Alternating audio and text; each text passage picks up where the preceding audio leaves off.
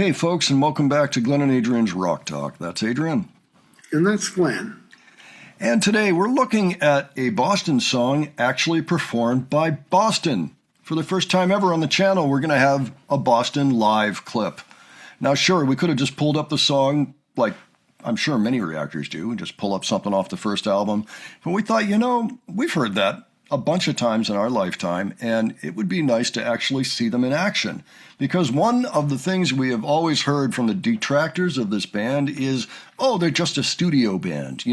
Tom Schultz played practically everything on that first album, except for, Brad came in, and I think the drummer came in. But no, the fact is they were an actual really great band. And this is the proof of that. This comes from June 17, 1979, at Giants Stadium in East Rutherford, New Jersey, so right outside the New York area, and one of those places where all the big bands have come to play over the years.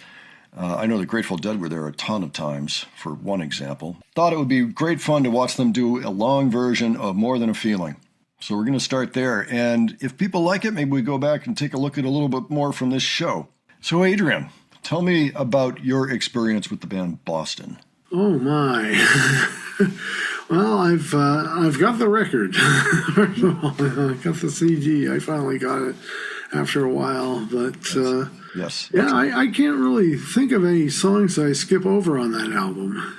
They're all pretty good. My favorite one is probably Foreplay Long Time, but More Than a Feeling is up there too. Yeah, it is a very solid record. It is one of those great debuts. Every once in a while a band comes out and their debut is just fantastic. Often it's the very best album they ever made, but that's not to say that there wasn't other good things in their catalog. But it just amazes me when they come out in the very first try and knock it out of the park, and that kind of happened with Boston. Great T-shirt there too, Adrian, by the way. Oh, thank you. Yeah, Boston cover. Just for the occasion. That's right. All right, it's 1979. Okay, so it's kind of a miracle that we even have this to look at. So it's not like today. So, okay, let's check it out, and we'll talk about it afterwards. All righty.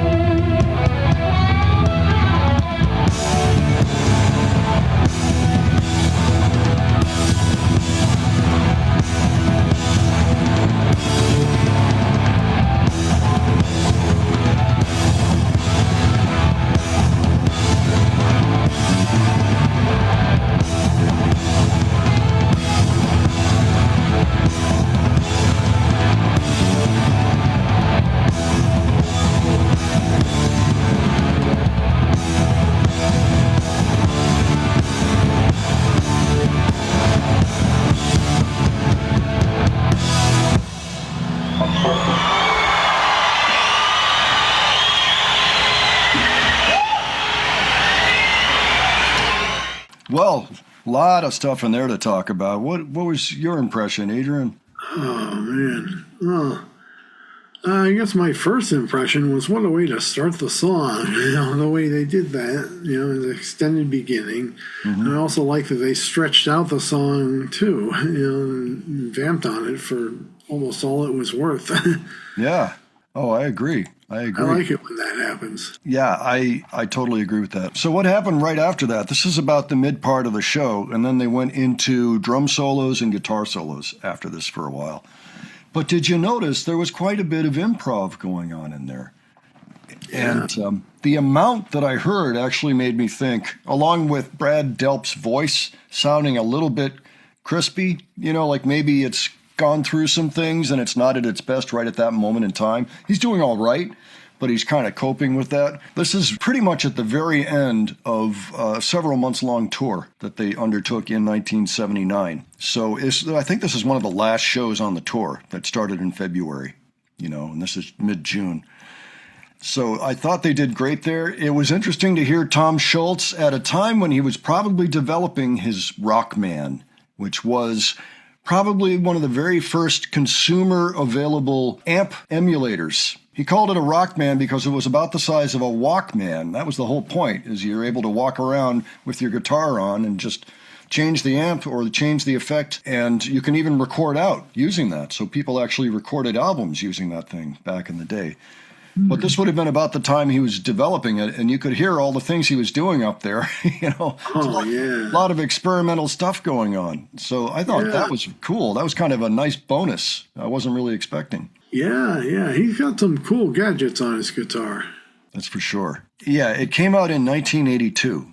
So that's, it's like 2.5 years after this. So yeah, he was probably in the middle of actually creating the sounds and figuring out what he was going to do, So that's really neat. And you can still buy those things. You can get one for $100 today if you want one, Oh. But they basically do what Line 6s do, or any computer module, that's got various amps on board. Same kind of thing. Amp modelers, they're called, right? Yeah, but this is 44 years ago. So, yeah. So, not bad. So that was quite actually a history lesson, I would say.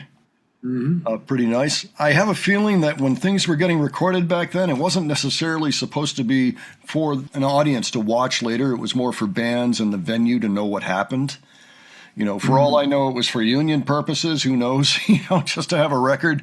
But it wasn't super well captured. But there were a few cameras capturing the show. This is still before jumbotrons are a thing, but it's possible that maybe, I don't know, maybe there was a simulcast on TV or something. There's no cable yet either at this point, so it would have been a local channel. No telling. Maybe if somebody who's watching this with us was actually at the show, maybe you could tell us a little more about that, or saw other shows in Giant Stadium in 1979 that maybe got broadcast somewhere in the New York area. Let us know about that, because that's the kind of thing that we find very interesting. Yeah. Could be the case here. But yeah, that was cool. That was cool for all kinds of reasons. I really like how much they were improvising. Yeah, you can tell they've been building up to it. That's the thing, is you can, usually by the end of a tour, those things are worked out a lot more than they would be at the beginning. Like they all kind of know where they're going to try to go in these sections. And then that's how, say, Barry, the other guitar player, could walk up to Tom and they could be doing these dual leads, even in a place where it was technically an improv section. That probably wasn't written out ahead of time before the tour or anything. A pretty cool encapsulation of the rock world in 1979 and kind of the innovative side of things. Brad's got a great voice that you hear without being doubled or anything else, and it's just the guy's real voice. This is some of what live shows are good for. That's right. Oh, man, what a voice he had. Yeah. I mean, really incredible. Incredible. Just a beautiful sounding voice, really up there. Yeah, I know. What a loss that he's not around anymore. But he was an incredible singer. He was made for rock and roll. You can hear that. But yeah, it did sound like he had kind of fried out the top range at this point, which is not surprising. That often happens when you're on a very long tour. But he could still hit pretty much everything he wanted to. He kind of held off on some of the super high notes. But he tried to hit some anyway, here and there, but he was more careful about it. That was a treat. Maybe we'll have to come back and check out a little more from this show. Oh, yeah. If you can get more from this show, that'd be great. Yeah, okay. Well, folks, why don't you let us know what you thought of this? If you have any particular thoughts that occurred to you that we didn't happen to mention, you can leave those below. Of course, if you were there, tell us about it, and if you can answer any of the questions having to do with media, let us know about that too. If there are other things you want to suggest, leave those below as well. And if you enjoyed this video, please give it a like. And if you enjoyed the presentation, please subscribe. All right, thanks so much for joining us today. We'll catch you on the next one. Take care, folks. See you all later.